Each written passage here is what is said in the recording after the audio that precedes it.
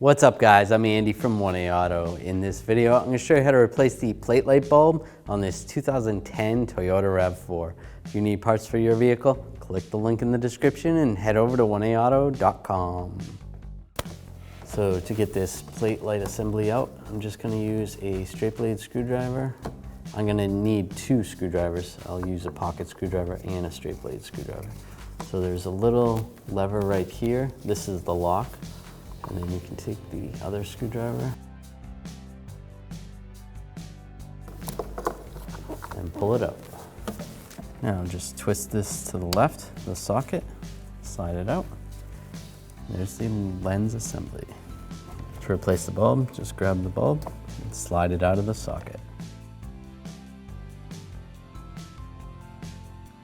Take the new bulb. This is a 194 bulb. Line it up with the socket, lock it in place. I'll take the socket, line it up with the lamp, lock it in place.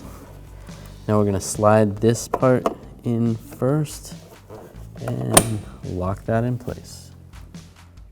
Thanks for watching. Visit 1aauto.com for quality auto parts shipped to your door, the place for DIY auto repair. And if you enjoyed this video, please click the subscribe button.